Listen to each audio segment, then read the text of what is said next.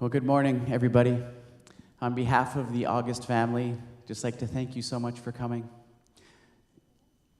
This is a beautiful morning for us to come and accomplish a couple of things. The first one is to grieve together. Scripture says to grieve with those who grieve. It also says to rejoice with those who rejoice. And Arnold lived a life that is worthy of celebrating and remembering and honoring. He was a man that taught us so much from pretty much the spot that he is now. And in this place, his voice will echo as we will have a chance for sharing a little bit later, a chance for us to remember the things that he's taught us, the ways that he lived, that changed how we lived. And so he will continue to teach us even this morning. He was an absolutely beautiful man, a true leader and elder among us. And his wisdom and his voice and his love will just continue to echo. We're all better for having known him. And the world is worse for having lost him. And these are two truths that we will be wrestling with this morning. I'm just going to open in a word of prayer. So Jesus, we thank you for this beautiful family. Thank you that we're able to live together in community, that we can grieve together, we can celebrate together. Thank you for the life of Arnold. Thank you for just how much he impacted each of us and this city. Jesus, thank you for him. Amen. The family has had a very beautiful idea. The tears that we will be crying and maybe have prior or even today, if you have tissue, they would like those tears to go with Arnold as he leaves at the end. We'll be all escorting him out into the car. And so if you want to place those tissues, there's a little bin right there on the back sort of cafe area. There's a little gray box. If you want to put those tissues in there, just hold on to them. And then when we go together, just put them into the bin. And those will be going with Arnold. I think that's such a beautiful idea. And so today, we're remembering a man who is no longer in his physical body. He's a man who has a spirit and lives on. When God created all of creation, he said that it was good. But when he created humankind, he said it's very good. And something unique happened. He breathed into man. It's this word ruach. It's the spirit. It's that immortal part of us that lives on. When we remember Arnold's laugh, his smile, how he danced, it's so clear that he's not just like neurons firing in a brain, just biological matter. He has a beautiful spirit that is now with his Creator. And so today we honor that, we recognize it. There is incredible hope, and that exists alongside grief. So as there's an opportunity to share later, you may cry, and that's completely appropriate. You might tell a story that's funny, and everyone might laugh. That's completely appropriate. Arnold laughed an awful lot. And this is a space where we can just sort of be present with whatever emotion we're feeling and not have to put any expectation upon that. So we're going to begin with some absolutely beautiful songs from Shirley Sloan, who is going to lead us with some singing. So, Shirley.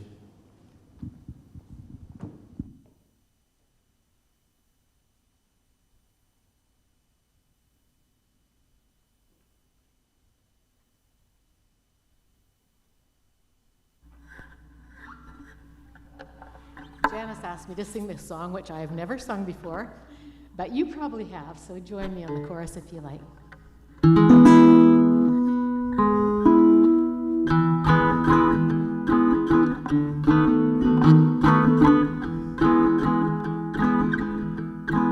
I'm only human. I'm just a woman. Help me believe in what I could be and all that I am.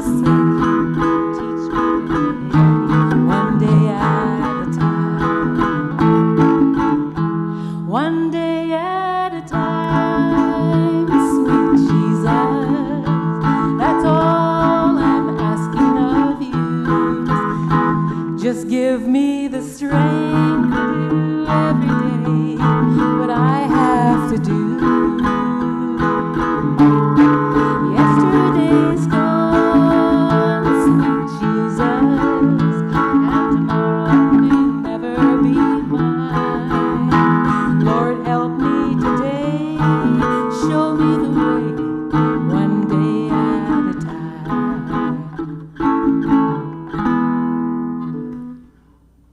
I think that song applies to us all. And this is a medley. This is going to be a medley of all songs that you know, and I hope you'll all join me on the chorus. Just sing it out, because they're great old songs, actually, and you'll all know them. Okay, let's see. Will the circle be unbroken by, Lord, by and by? There's a better home awaiting in the sky, Lord, in the sky. Some glad morning when this life is o'er, I'll fly away to on God's celestial shore.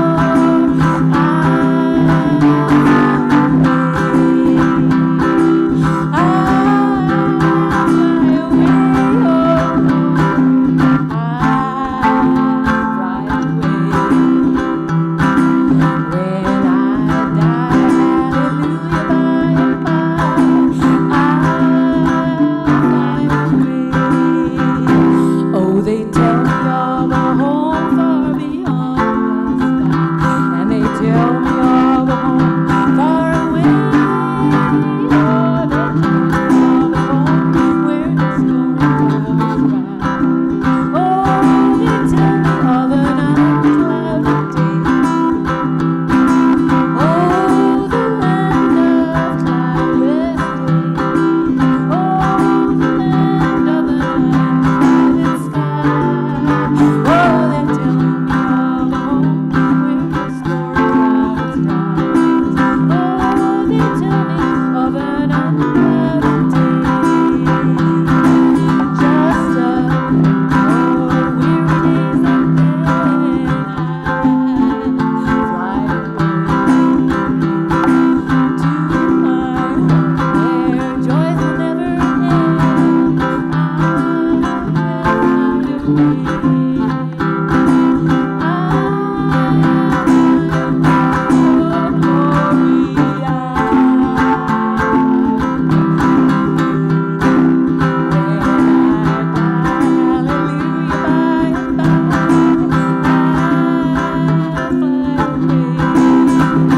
Oh, they tell me of a home where my friends have gone.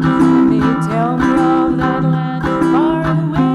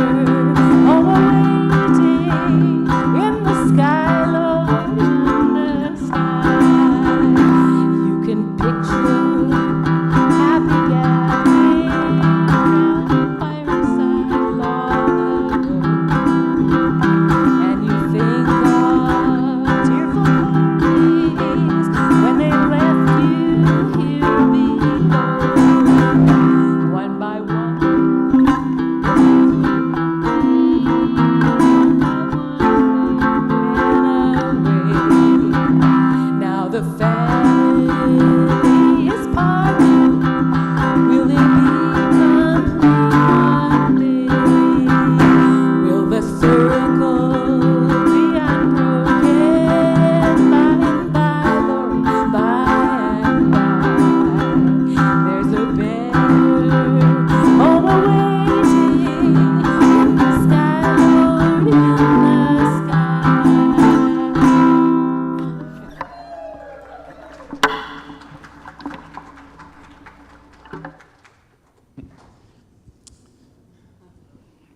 That was beautiful. All right, now we're going to hear Arnold's life story, the eulogy from his sister, Janice Arnold. Janice Arnold. Janice August.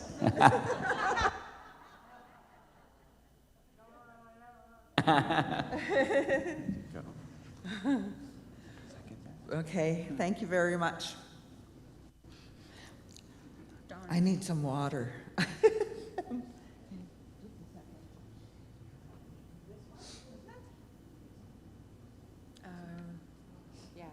Okay.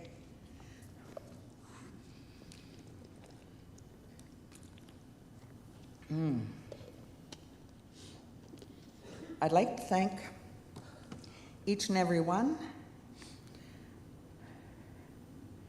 for coming to the celebration of life, honoring Arnold August, my older brother, sharing a heartfelt time with us. I had to write real big letters because tears will come and I won't be able to see it.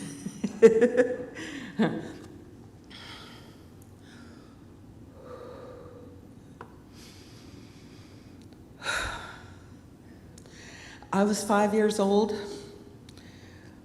when the Roman Catholic Church took me from my mom, took us from our mom.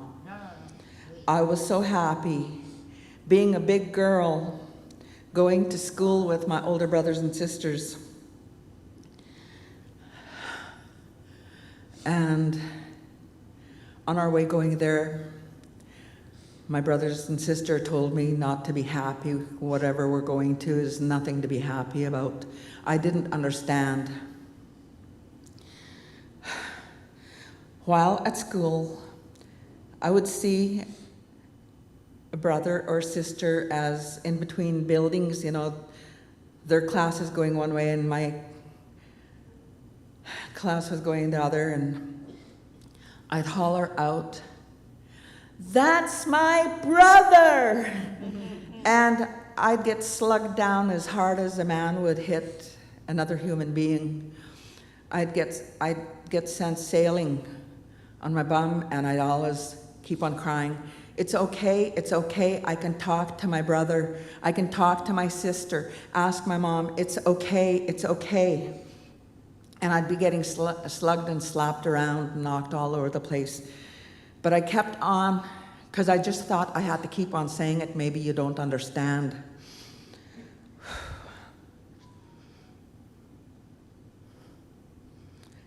So I was happy to see one of them. I would holler out,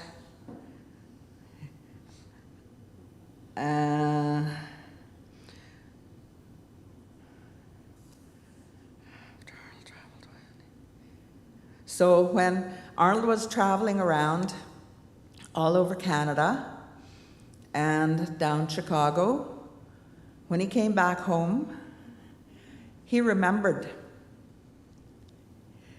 He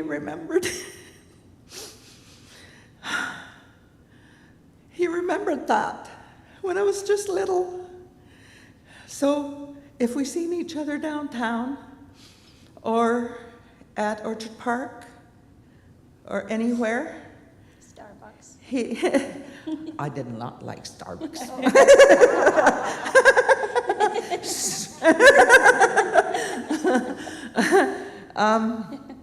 He'd holler out if he seen me first, "That's my sister!" Then I knew the cue, "That's my brother!" Everywhere we went. And then I had a friend come to me and tell me that I thought you two were just flirting with each other. I said, no, we're brother and sister. Oh, I didn't know that. Okay. I'd follow Mom around when I was just little, I was at the ripe age of 7 when I learned how to make bannock. She got me at that ripe age, wanting to be just like her. My brothers would puff me up. Little sis, you just make the best bannock. And I just get all excited inside, and I can hardly wait to hurry and make more bannock.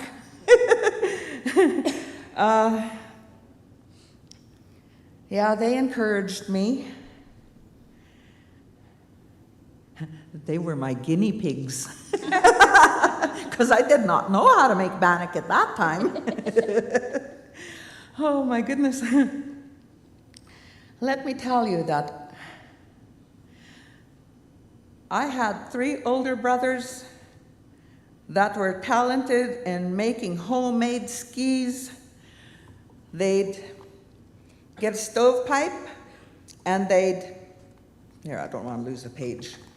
Make stovepipe, flatten it, and they'd curl up one side. They'd put lots of wax at the bottom, and they put holes to put string there. That was supposed to be my shoelaces. My shoelaces. Every time they made something, whether it be, they put me, we lived on a hill, bring me up on top of the hill. That's my first memory of having brothers. They're pounding away, and where's Janice? And I was 2-3 years old. As soon as I hear my name called, I jump up and I start running the other direction. Dang it, sis! We worked hard for making this for you, and this is the appreciation you give us. And I don't want you making anything for me. Because they put me on the hill and they run and push me down the hill. And I don't stay on my feet. I don't know how. They hit me on the head. Stand on 2 feet. I don't know how. Oh, my goodness. Oh. And let's see. I didn't have to read the rest of it. I just told you it. Okay. So I'm really fortunate that I survived my brothers. They made me go-karts. What else did they make? I can't remember what I wrote. But anything they invented, they were proud. They made homemade stuff for me. Oh my goodness.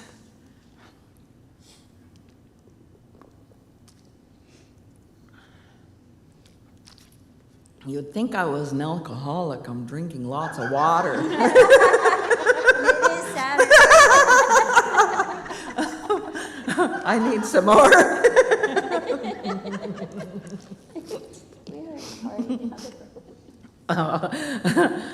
That was supposed to come later. I don't know why I put that in now. Okay. Maybe I was about 9 of age. Mom and I, we were doing dishes, and she says, Marie is my middle name, and that was my pet name when she talked nice to me. Marie, do you want to know, you have a story? It's on the side of your mouth on the left side. It's a scar. I looked, I have a story? She says, yes, you want to know it? Okay.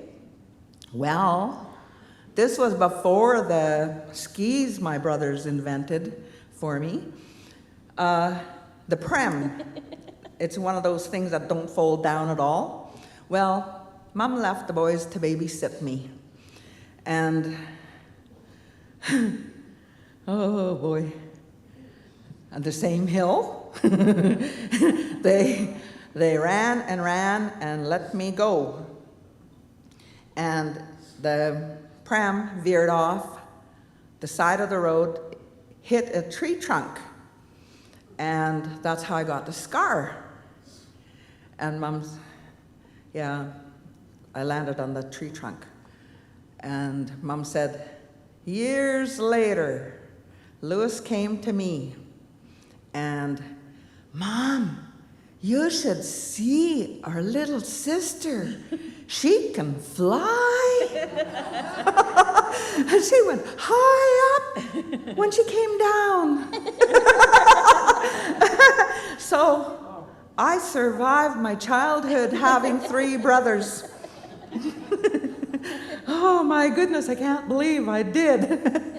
And anything else, I went hunting with them, and they left me way behind. I was terrified. They were practically out of sight. Well, if you wanted to come, you better keep up with us.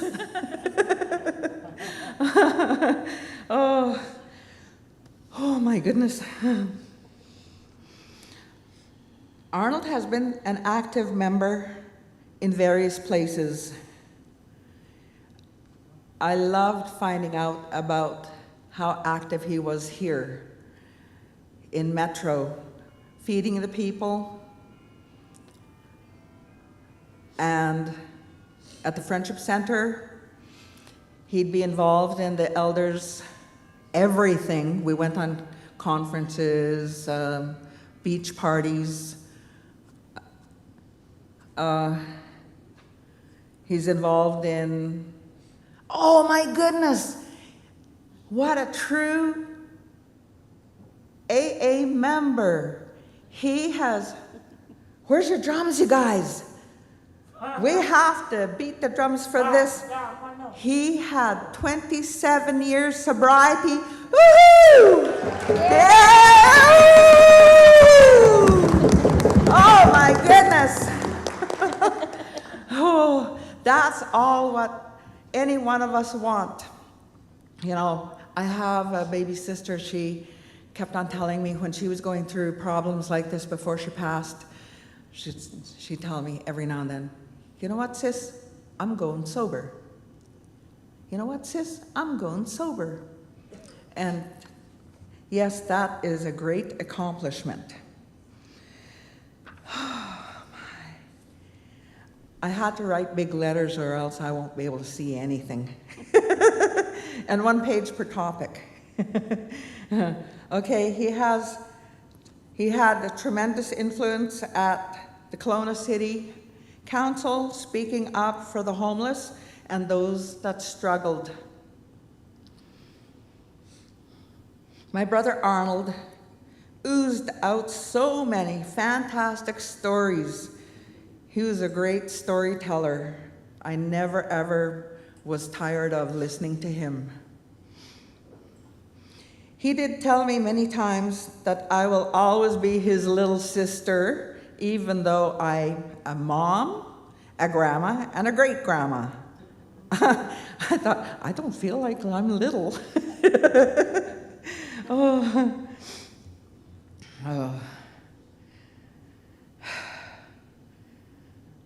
Arnold made me feel proud when he would stand up for me.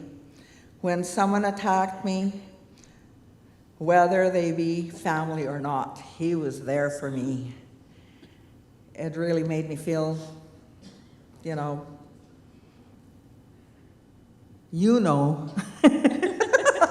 I was trying to find the words.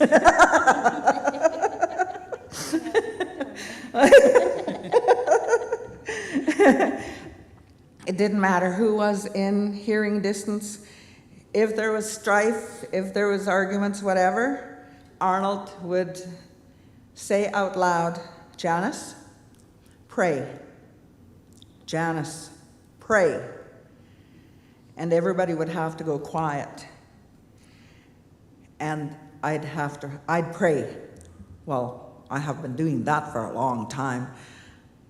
Him and I, prayer warriors. That's partly why All this time I thought I was having aches and pains, my neck, my shoulders, my back, my legs cramping up. And as soon as his last breath was, I haven't had any of those pains at all. So I believe we were twins in the spirit. Oh my goodness. Keep it together. Have some more water.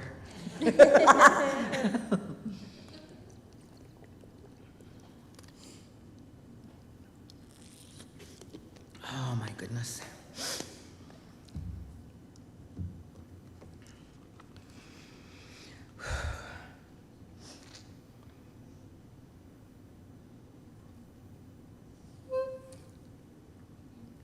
Yes, I did say a mighty strong prayer warrior.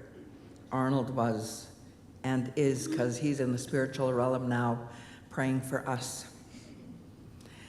Etc., etc., etc.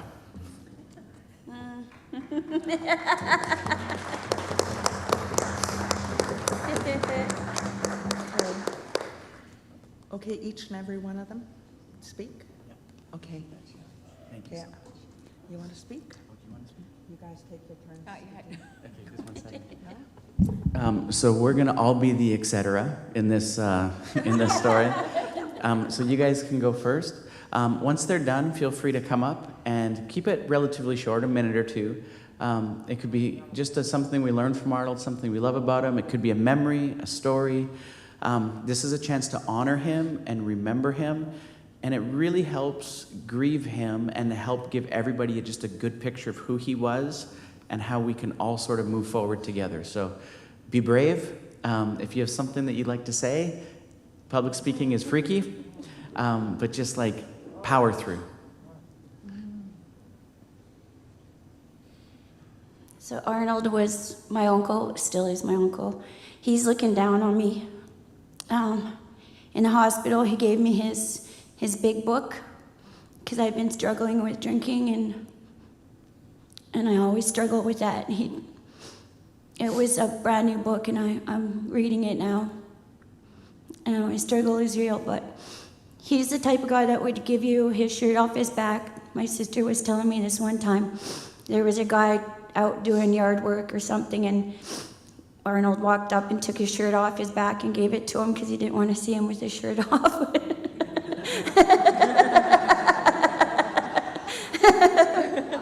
Like literally give the shirt off your back. And just when he was, my niece Mercedes, she works up in Abbotsford and she took the e-bus down here and he must have waited for her because on the trip back home on the e-bus, she looked and then she found out there was no cell phone service over by Merritt. And Brenda just called Mercedes, there was no service, but then the phone got through and she told Mercedes that he had passed away.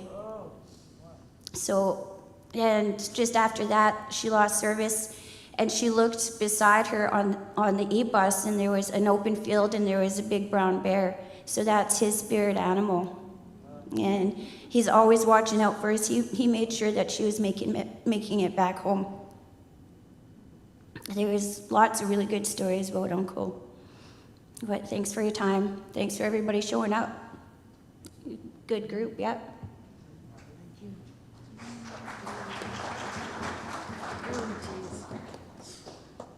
I'm Brenda August, Arnold's niece, and I had a lot of stuff to say, but I don't know if I can say it because it's hard talking. Uncle Arnold used to call me Beans when I was growing up. I missed it when he used to call me it, but I didn't tell him that. He was around taking care of us a lot. So when he was going, I thought I may as well help him, feed him, look after him, because he was there helping us. I had a lot of stuff to say. I can't. That's it. I don't know what else to say. Blank, that's what I do.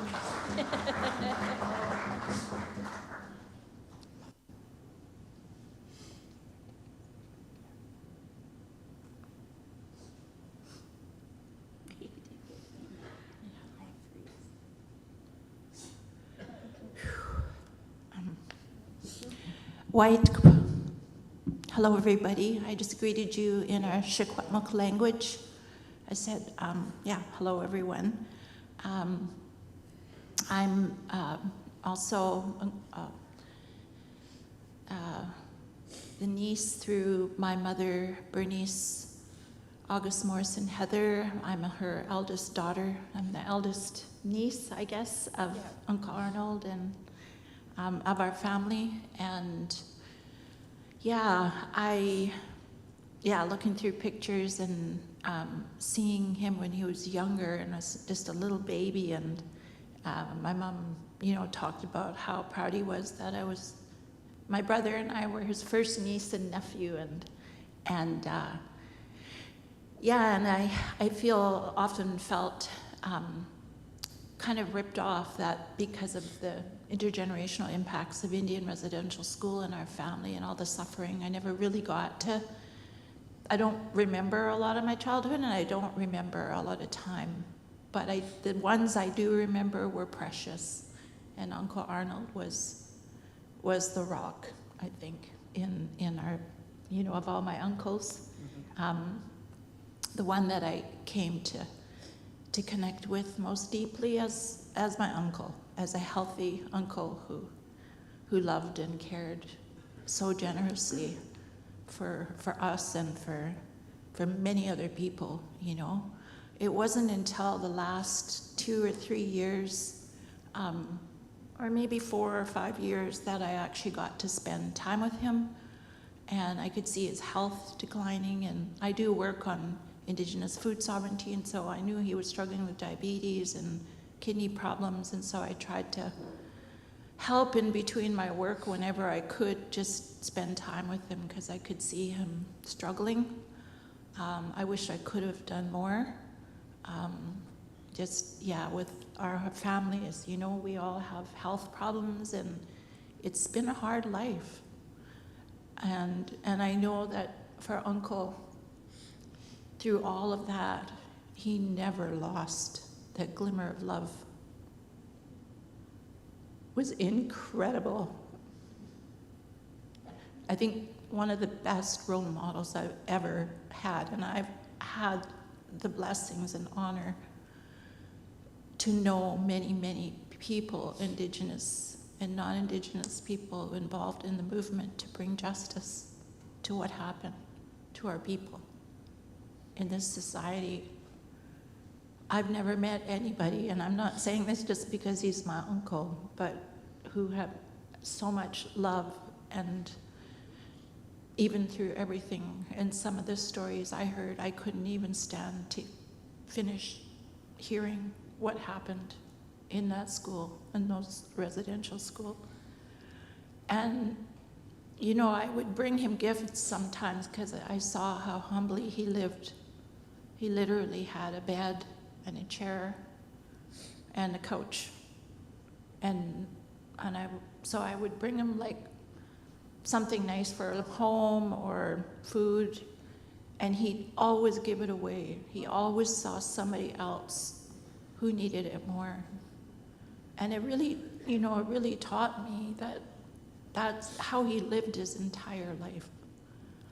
And I think the world, needs so many more people like Uncle.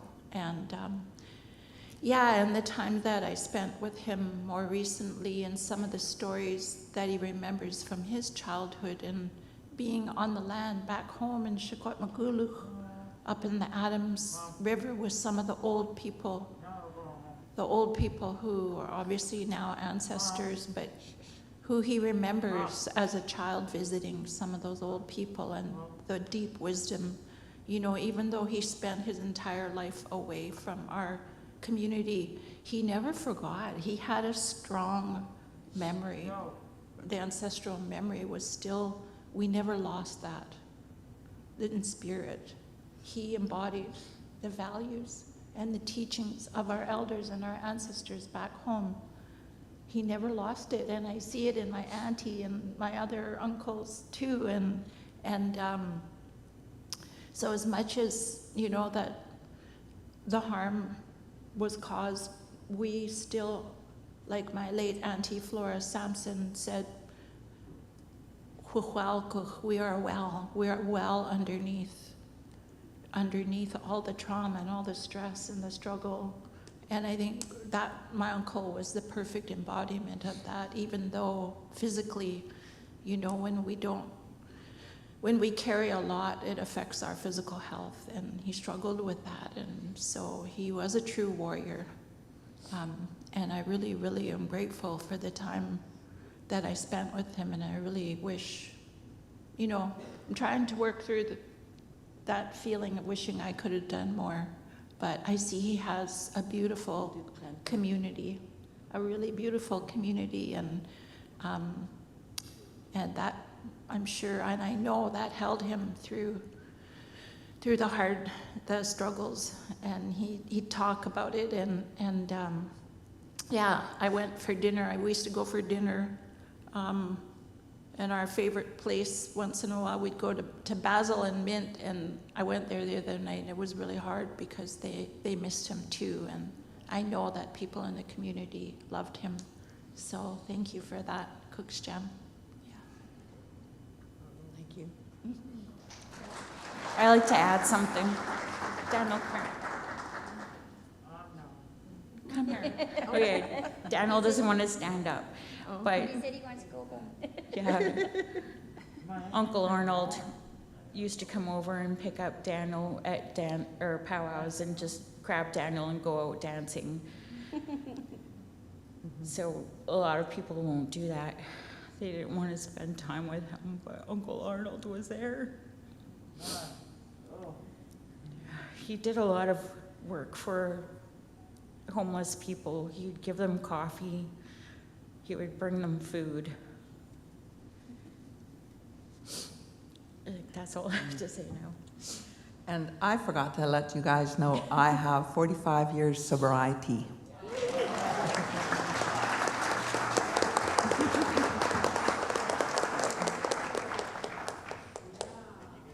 Okay. Yeah, we're done.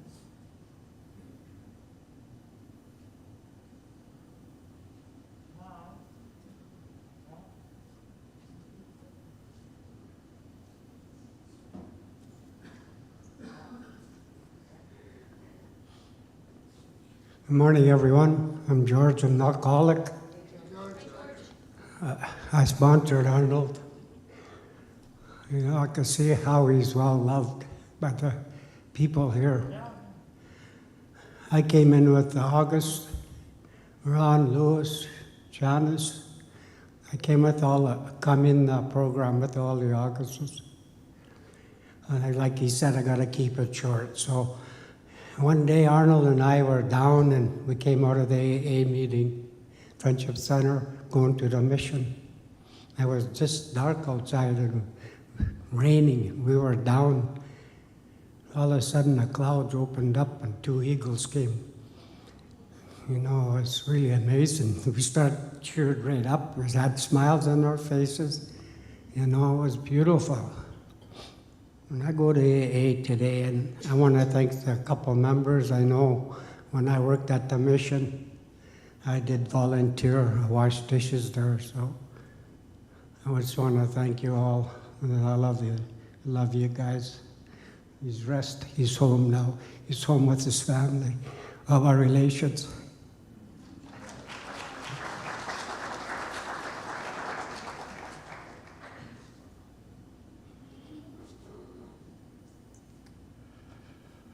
Hi, my name is Gary. I'm a recovering alcoholic too. You know, the one thing that comes into mind was George and Arnold and I were looking for a powwow in Oliver.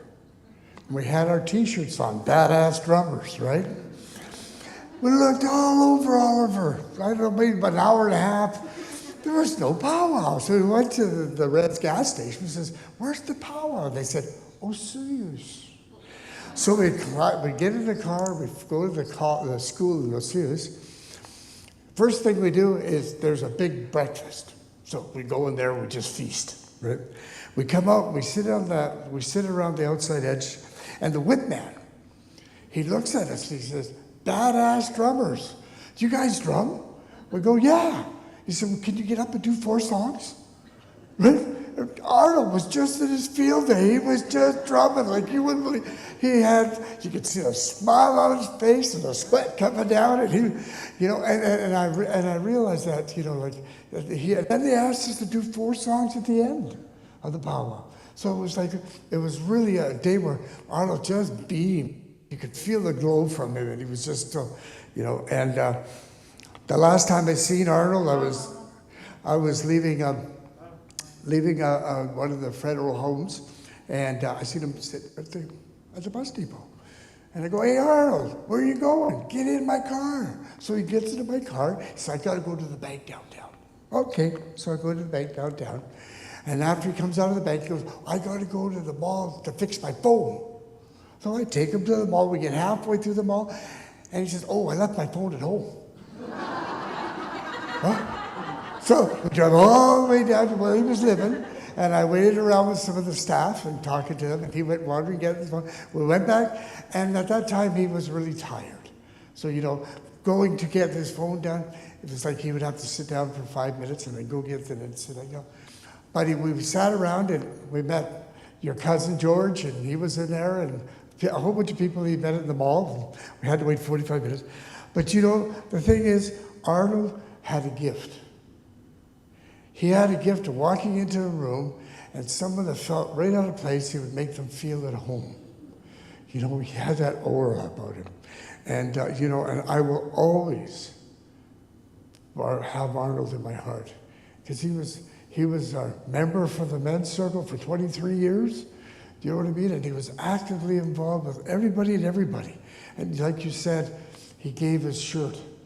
Like he would literally have a sandwich and give half to somebody to eat, and then give the other half to somebody else and go without a sandwich, But I just know Arnold's in a good place today.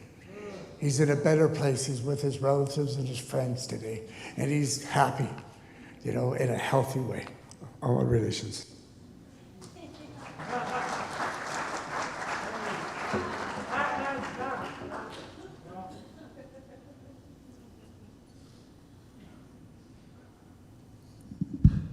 I'm short.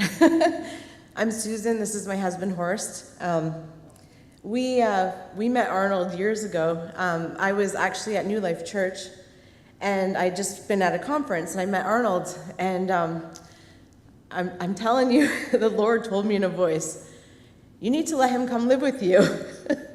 So anyway, I called my husband, and I said, "This is really weird, but I got this weird thing I met this guy.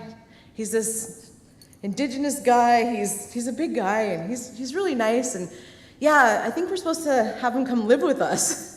And he's like, "Yeah."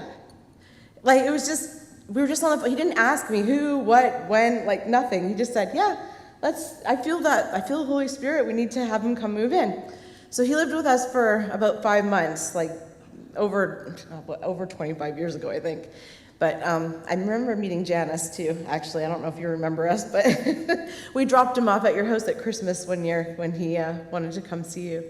And you two look so much alike, same mannerisms. I'm sitting there going, "Oh, Arnold, you're through Janice. This is cool." Yeah, Janice Arnold, yeah. Sorry. But anyway, so I had actually I just had a miscarriage, and I was praying for children. And he came and lived with us, and he's like, "Isn't it weird? You're praying for a baby, and you got a big Indian."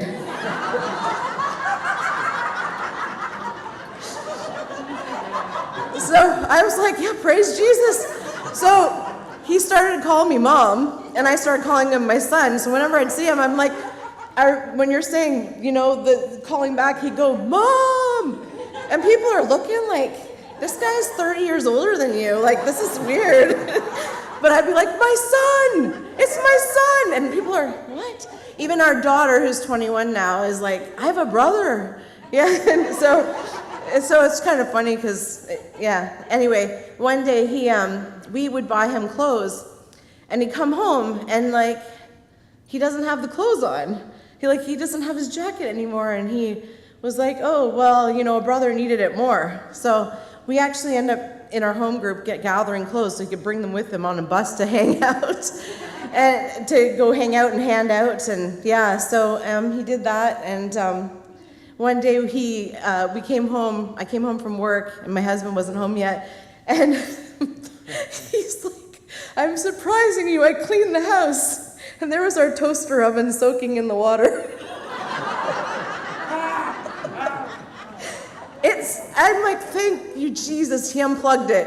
Because we would have had this conversation sooner. But anyway, but thankfully, you know what? We dried it out. It actually works. Still, yeah, amazing. And anyway, we loved Arnold a lot, and we'd see him a lot. And you want to tell quickly? Sure. Okay. Arnold was amazing. And so I thought, you know what, I'm going to go with him one day. I go, "Can I come with you one day just to see what it's like for a day living your life, And wow, is all I could say. The life he lived, and just on the streets, and it was a tough life, but he was happy and talked to everybody. Everybody knew him. And then we went to the Gospel Mission, and just to check that out and see all the people there. And what a wild place. There's one guy there, I don't know, he was bouncing off the walls, and he's running across the tables, and I'm like, wow, what an environment, what a rough crowd of people. And Arnold lived this life every day. And it was amazing to see how God was working in his life, and he touched everybody just with his smile, and he was so kind and humble and never said anything bad about anyone. He was an amazing person. And anyway, Arnold was awesome. And he really loved you, Janice. Like, you told us stories about you too. I actually heard one of them about them building things and doing things. I'm really glad you're still here with us. Anyway, thank you.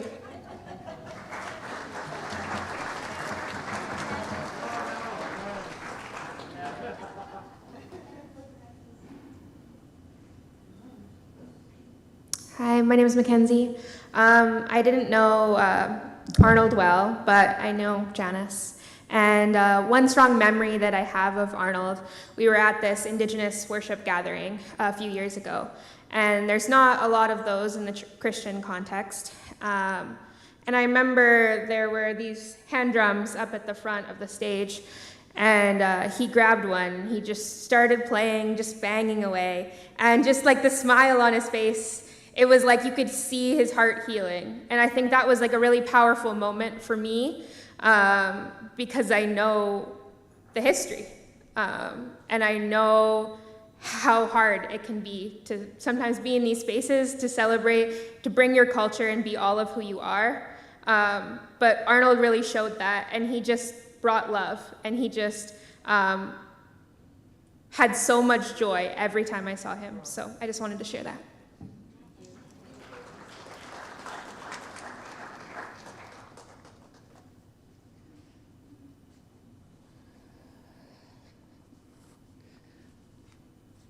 Hello, friends and family. My name is Lori. I'm a grateful recovering alcoholic. I met Arnold in the 12-step program, and he became very dear to me very quickly. I remember I sold him a bike once, and he gave it away. I said, why did you do that for? I used to give him rides everywhere because I had a car and he didn't have a car. And what'd you do that for? Well, somebody needed it more than I did, he said.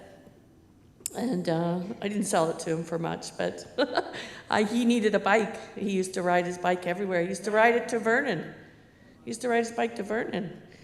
And we went to a few powwows together. We went to Kamloopa and Lake Country powwows, and always had a good time. You know, I loved spending time with that man.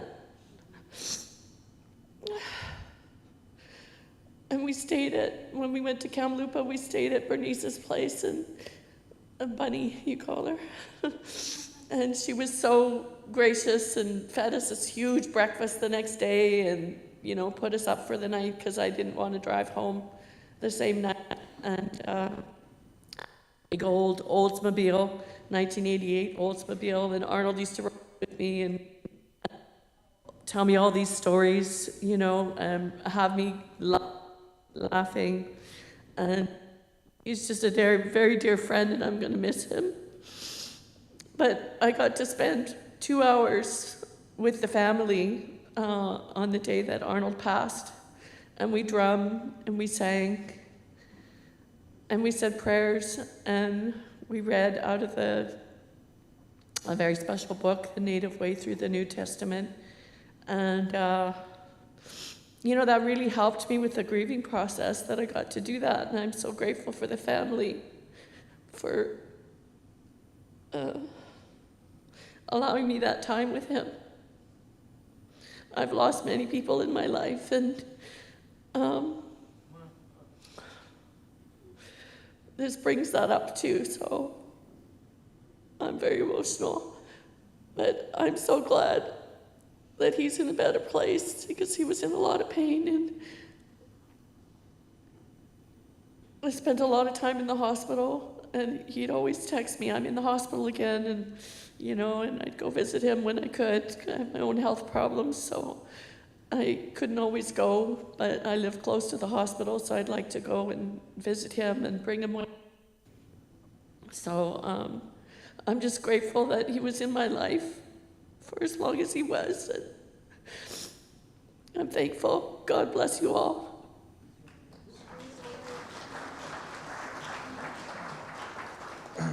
My name is Jason Leonard. I'm a child of God who struggles with sin, but by God's grace and mercy, I get to stand here today. Arnold was a beautiful, beautiful human being. You know, he was probably the closest example of Jesus that I've ever met. And that's what we're supposed to be like. You know, this man here made an impact in all of our lives to show us the love. And you know, that smile in that picture is a smile that resonates in my mind all the time when I think of Arnold. His love, his understanding for others, his unconditional love. And that's something to be left with. So with that, I'm grateful that I had the honor to have a relationship with him. Thanks.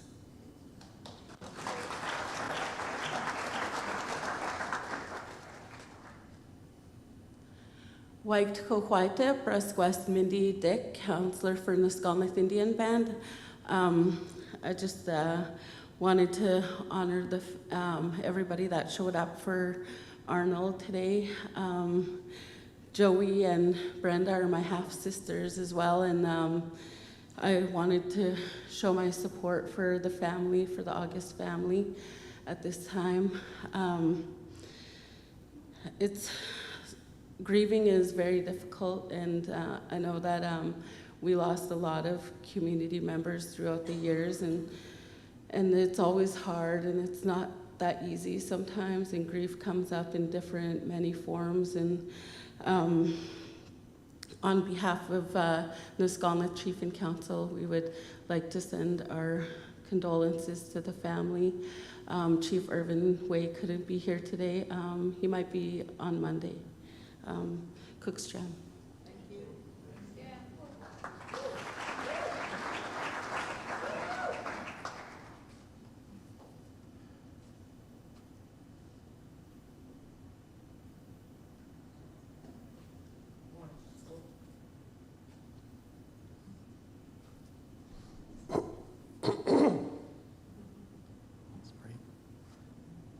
Hi, my name is James. I met Arnold in 2003, working at the Gospel Mission graveyard shifts, and I had coffee with Arnold every morning at 5 in the morning. And I heard so many stories. My condolences to you. But he always spoke of his sisters, his brothers. He loved his family. And we developed a friendship where Arnold was one of these guys that would say, "You do this, I'm praying for you." And one day he came to me and he said, "God told me we're supposed to go pray up at Seton House for the city of Kelowna." And so we got in my car and drove up to Seton House, and I don't think I'd ever been there before. And we were supposed to just throw rocks down the mountain. And so we threw rocks down the mountain and prayed. And it was cool to hang out with Arnold. He always had things that God told him to do, and he could follow along. One of the significant moments that I had with him was we went to a Jesus festival at the Power Grounds in Kamloops. And as we're driving in for the first time, he points to the school, and he just quietly said, "I went to that school." And I didn't know anything about residential schools, nothing. And I just thought, oh, okay, I don't even know if I believe you. Because, like, really, you went to school here? It was hard for me to know where Arnold was from, because he had family in different places. We'd drive through Vernon, and he'd say, "My sister lives here. Does one of your sisters live in Vernon?" Yeah. And, yeah, I remember him talking about Lewis. And, but anyways, we had a tent, and we were with about, I don't know how many, 500 people or 200 people, something like that. But we're on this big grounds, and didn't talk about anything. And then the next morning, Arnold wasn't around when I got up. And he shows back up about, I don't know, an hour later, after I'd been up, and he says, "I went up and walked around that school. And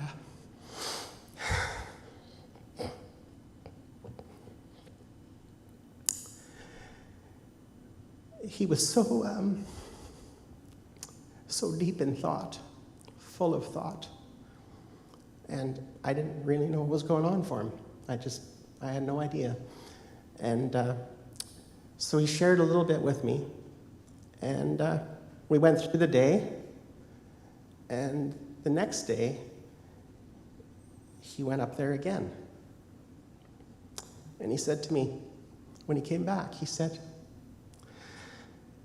"I'm choosing forgiveness." And, you know, if there's one thing that I could think of Arnold to describe him, it would be a man full of grace. Such a man full of grace. And I love that picture. It captures him so well. It's like he's still looking at me, you know. But last night, I went to bed, and I dreamt that I was coming to this place, and there was a high-top table with some clothing on it out on the street. And I walked up to it. It's like, it just looked like maybe a homeless person had left some clothes on this table. And when I looked, it was Arnold's. It was Arnold's black toque that he used to wear back in the early 2000s, and his coat. And they were clean. You know, I never saw them really clean on him when he was living at the mission, all those years and the different things he's done. But anyways, I'm still processing that. But one of the biggest things I just want to leave with you is he was such a man of prayer, and he prayed for the city and the church, and he just loved people. Thank you.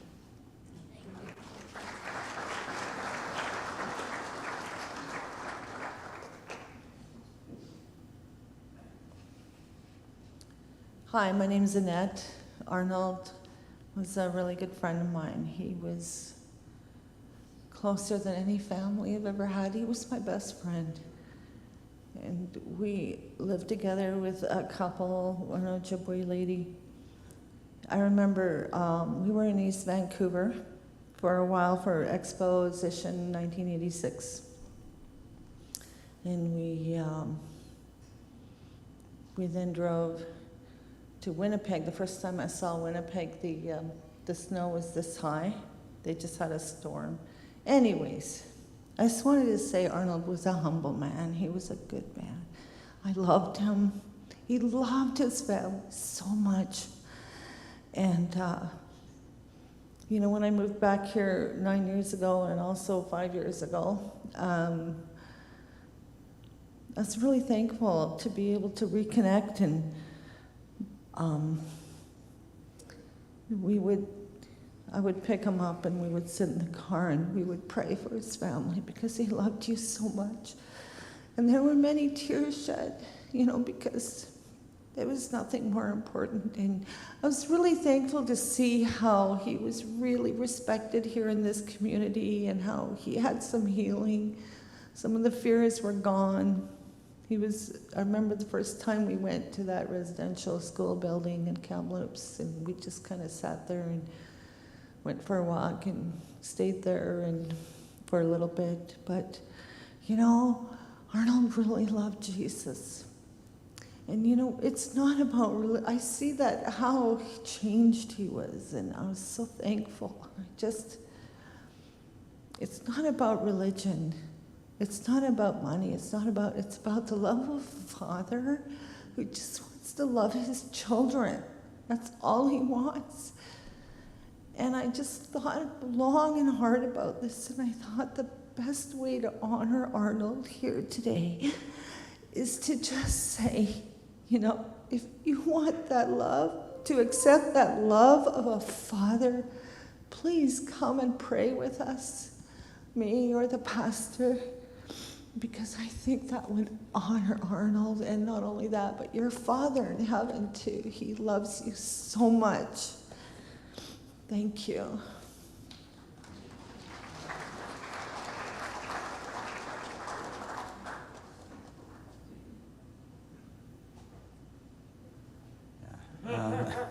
Hey Daniel, White Squish, Hajime, Urban Savage, and a recovered wannabe drunk.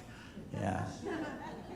I met Arnold at our healing drumming circle, and yeah, he was a really good storyteller, but also he was really deeply connected, to the earth, to the tradition, to the ancestors, and I really felt that, his stories were really resonated with me, because I can remember one time he told a story about, I think it was in Winnipeg or something. He had a very good job, he had lots of money, girlfriend, he had the world in his hand, and then it all slipped away.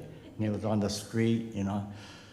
And he said one meeting that, he really missed it. He wanted all that back, but he couldn't. But he was saying that, he would go to the street, talk to the people, help them, listen. And I think his heart, like you said, he was doing the work of Jesus. He was really coming from his heart. And he would tell us stories, and sometimes he would go on, and he always would end up saying, "Oh, I used up my 5 minutes." And sometimes, later, as his health was failing, he would start to, doze off, because he's tired. And then I visited him a couple of times at the hospital. I always take my drum, because he would always say, when he heard this drum beat, it would lift his spirit. So I'd go to the hospital and play a song for him.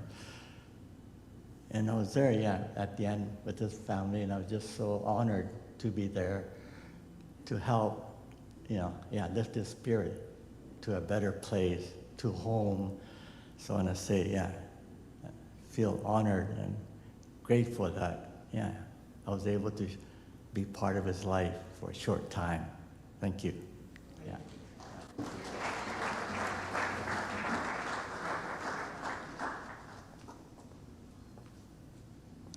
Hello, my name's Jane, and I knew Arnold more through different churches, and especially New Life Church. And he often would sit at the back, but we know that he's in the front in heaven right now. He's probably escorted right up to the throne. I believe that. He has lots of treasure there. And I always think of Arnold was slow and steady. He was faithful and full of grace. And I wrote a bunch of things in my hand so I wouldn't forget them. Okay, and I remember, like, my husband's also First Nations, and his mom passed. She was 79. I don't know how old Arnold was. Yeah, I thought they were the same age, and so they're together. She also went to the residential schools. And I remember Arnold at New Life, they had a forgiveness tour. And sometimes you don't see people, but then when Arnold shared some of his stories, you see him in, like, I think they pulled his ear all the time at the school. He would, but that was the one thing I remember, that they would pull his ear so hard. And the forgiveness, it's huge, like for little things like that, but they're not little. And they only gave him crumbs, and he's eating a feast in heaven right now. It's amazing. Yeah, so sometimes you don't see people until you actually hear their story and you see what they traveled through. And and then my husband, when he came here from Quebec, he gave Arnold a whole bunch of French tracts to share the gospel. And like the next week, like there was a big bag of tracts, right? And I said, Arnold, what'd you do with the tracts? Oh, they're all gone already. Like they were gone already. Like he had mailed them to different French people he knew. And yeah, it was okay. So, and when I would worship at the church a lot of times with flags, and Arnold always, not always, but often would come and he wanted this flag, the aqua flag. I see other people are wearing blue and aqua. I don't know whether it was his favorite color, but it was always the one he wanted to use. So, it represents, like blue can represent revelation, cleansing, healing. Yeah, so I'm just going to wave the flag, declaring that God will water all the seed that's still left. He loved his family, but he loved Jesus. And there's so many seeds out there, and I just want to wave it to water those seeds. And I pray that every one of you will know Jesus that he loved, and we'll all see him again, because that's the most important. Our life here is short. Our life there is long, forever. Okay. I just declare that all the seeds that Arnold planted will continue and be 100-fold. We just bring revelation of Jesus. Thank you, Jesus, for sending us, Arnold, this gift. And we just thank you for his life. Amen.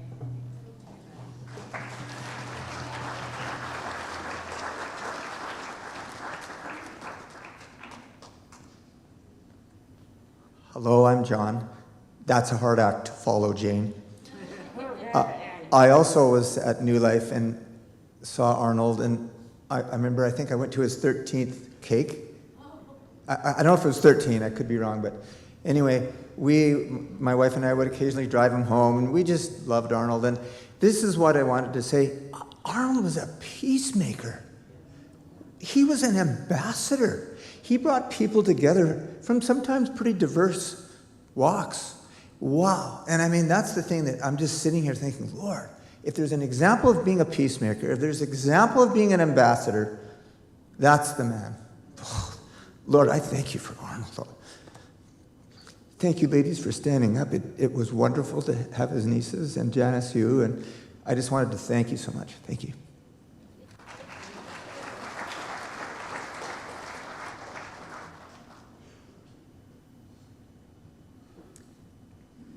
Hi, my name is Brenda. It's a good name. My condolences to you. Loss is hard. I've known Arnold probably first coming to Metro, which is a long time, and I feel like this is hard for me to explain. I feel such a spiritual connection to him. I lost my husband 3 years ago, and what's interesting is it was a few days before the anniversary of my husband's death that Arnold died. Arnold, I swear,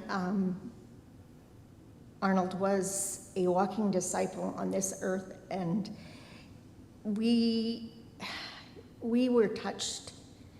I know I have been completely touched by Arnold, and I'm so happy because he's with my husband in heaven now, and because my husband was a big part of Metro, and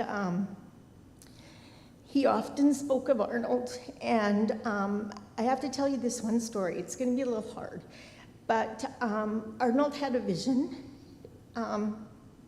about my husband a couple days before he died, and it was a vision of Jeff going to heaven.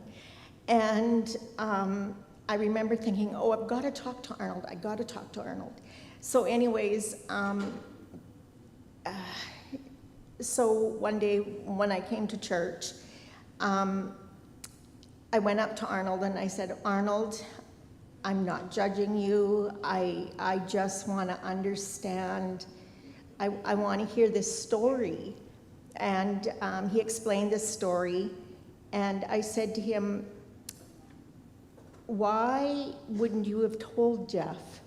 And he said, because I didn't know that's what was going to happen. He said, I thought it had something to do with business, which would make sense. So anyways, we had the longest talk. That's probably the last time I saw Arnold, so it was maybe 6 months ago. And he was so wise. He said to me, he says, Brenda, I can't remember exactly how he put it, but what I remember is he said, don't let your sorrow, so sort of like, don't let that sorrow weigh you down. And I still remember that. And I mean, there's so many things, but one funny thing I have to say is, one time we were chatting, and he says to me, he says, oh, I thought you were Ojibwe, because I was born and raised here. He says, I thought you were an Ojibwe from Winnipeg. And I'm like, no, Arnold, I don't think so. But you never know. Anyways, I felt very honored for him to say that. I respect your people. It breaks my heart.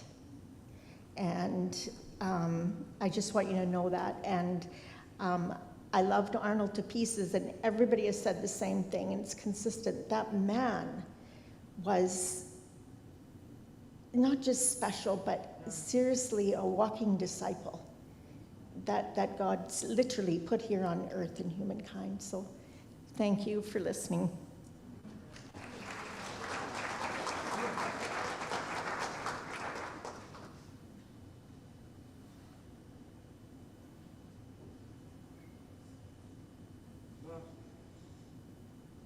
Hi, I'm Elisa.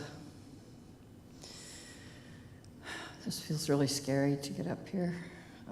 Normally I don't have stage fright or anything like that, but I know there are some people here who feel like I don't belong here.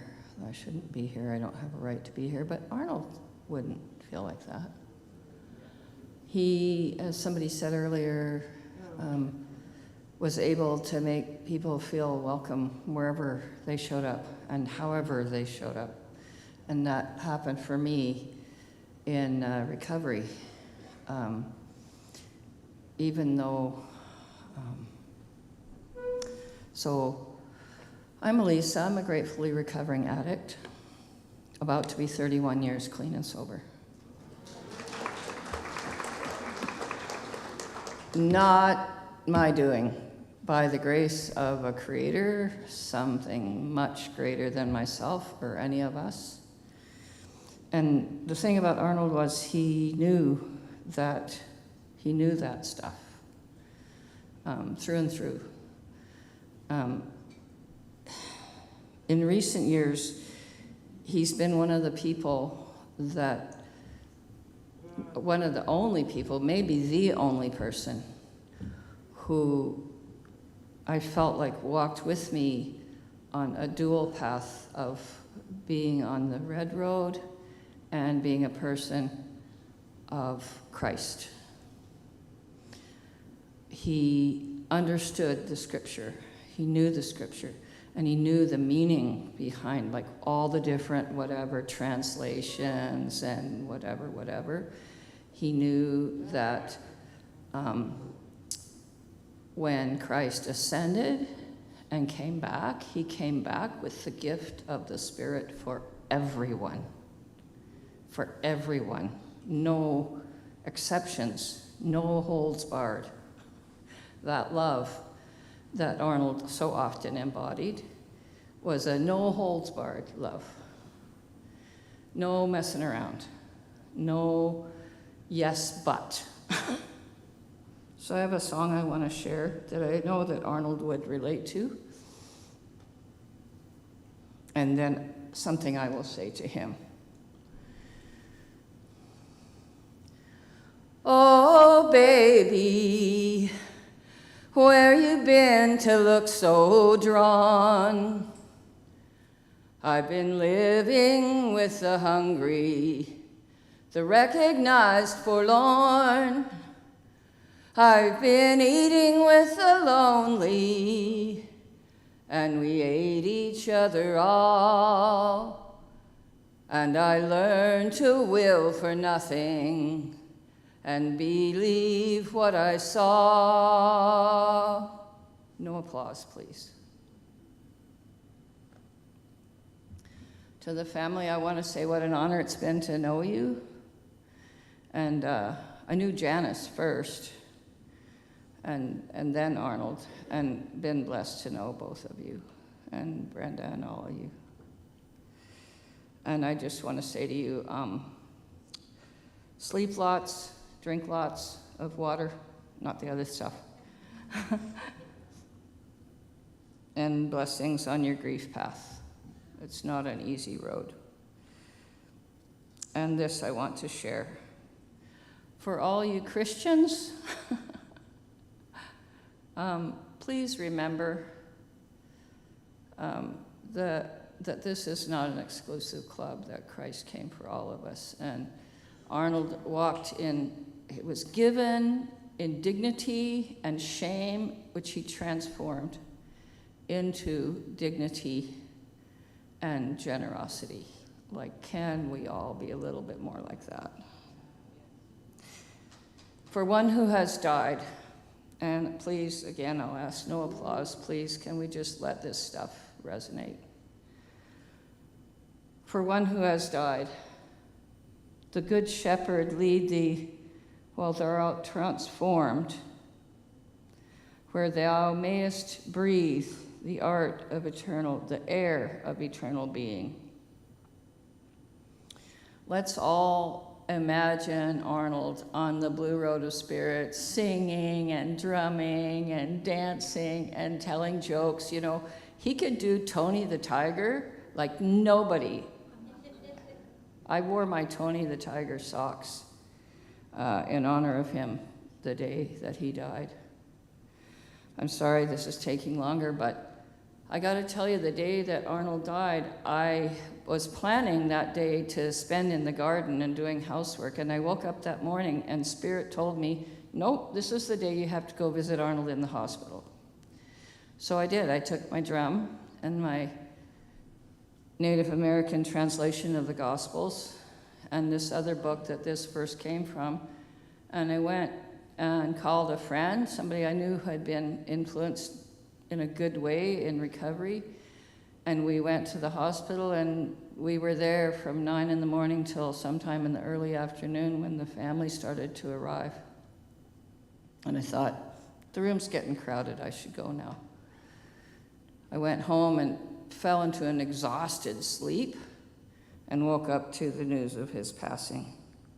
But I didn't go there because of some ego trip. I would have rather spent my time in the garden, to tell you the truth, but I knew that I needed to be there. There's something operating in our lives that's so much greater than us, and Arnold knew it. And can we please surrender to that? Arnold, where thou workest as soul for worlds to come, may the grace of the Spirit unite us with thee. Thank you.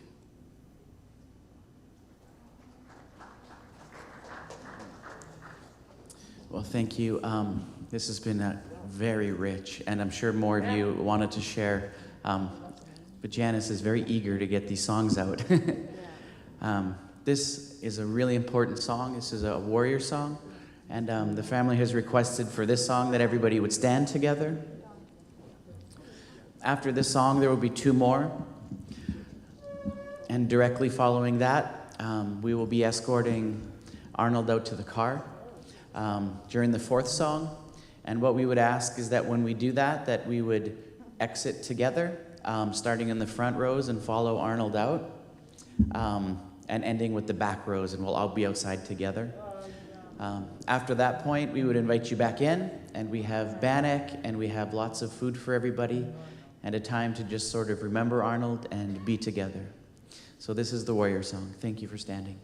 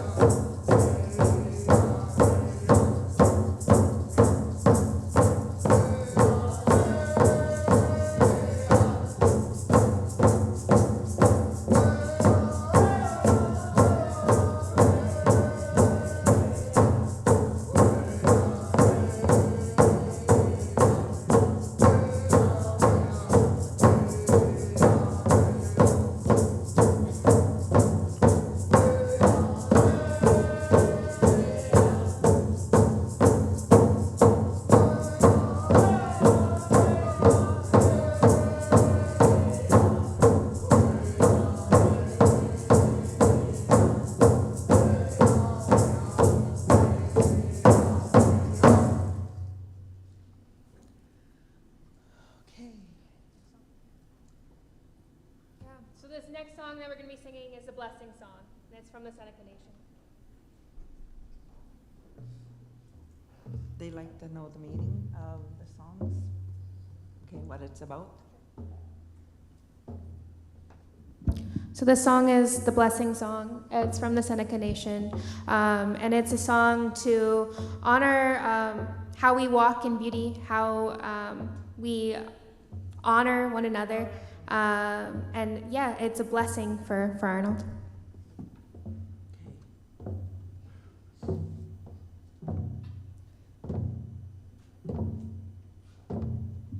Hey,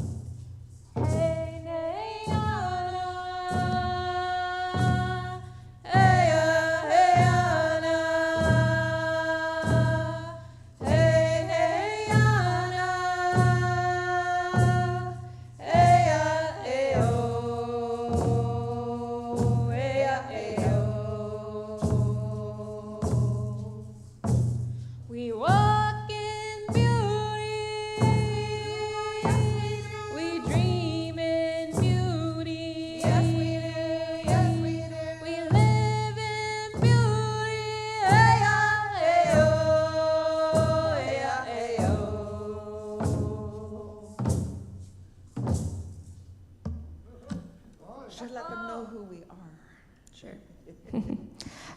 So we're, I think, a very big mix of groups. From Colonial Friendship Center, the men's drum group, there's Women of Turtle Island, who Janice has been a part of for many years. The family, and yeah. This next song is the Cherokee Water Song. It's Janice's favorite. You want to talk about it? Yeah, absolutely. Yes. My favorite song, I guess we can include tears in that. Yeah. But we move around all different parts of the drum because it's different sounds. And we go, that sounds like ice breaking. And anything else I can remember? Like raindrops. Oh yes, the rattles. Waves crashing. The rattles are the sound of raindrops.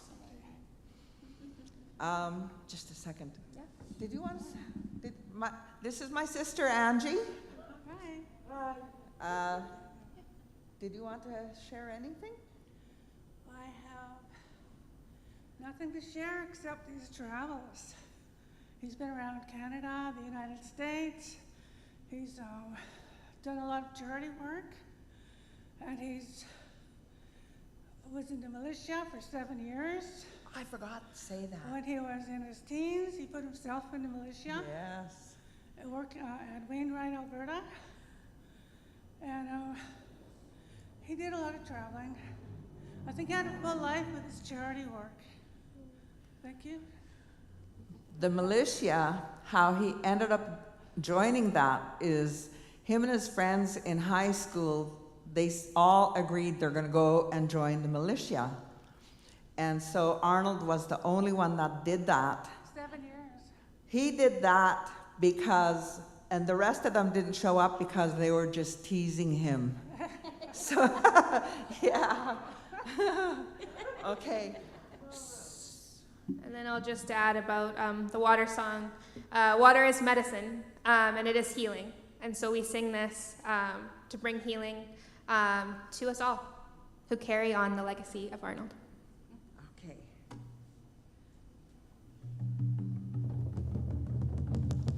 Wichita, do ya, Wichita, do ya, hey. Wichita, do ya, Wichita, do ya, hey.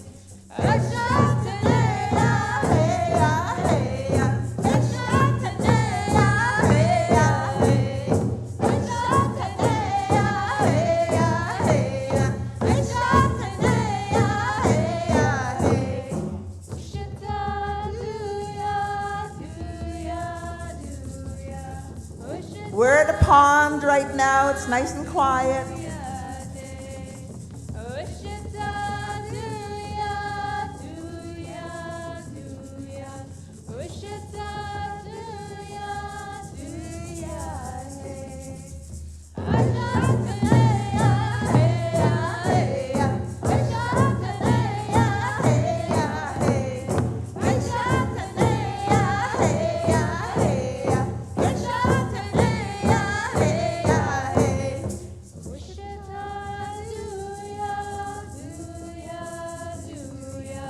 Wichita, do ya,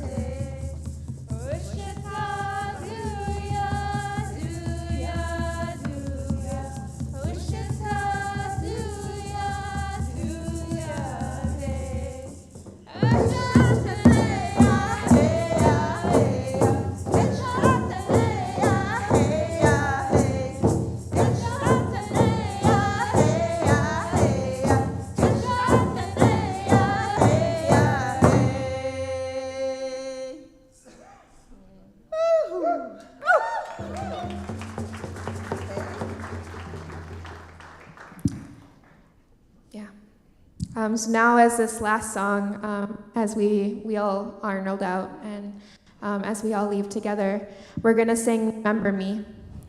This is a song you might have heard sung by Fawn Wood. It was written by her brother. It's a journeying song, so it's a perfect song to sing him out, to remember him. Yeah.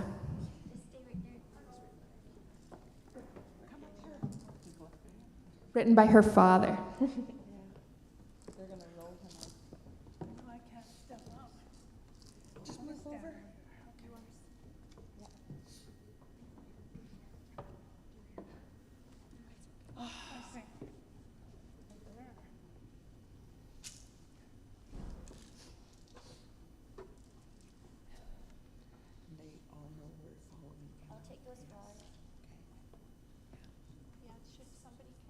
Oh, yeah.